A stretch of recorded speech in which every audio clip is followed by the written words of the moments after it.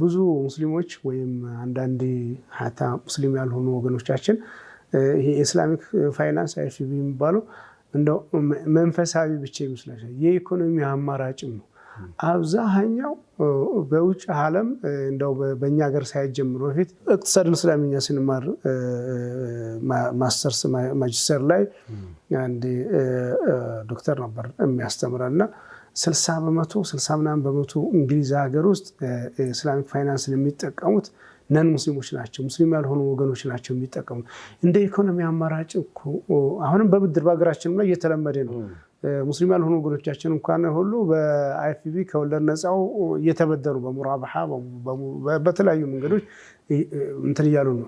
አማራጭ የኢኮኖሚ መስመር አዋጭና አማራጭ የሆነ የኢኮኖሚ መስመር መሆኑንም ማስረዳት ነው። ሌላ ነገር የለው። ሐላል ከመሆኑ በተጨማሪ አማራጭም ነው።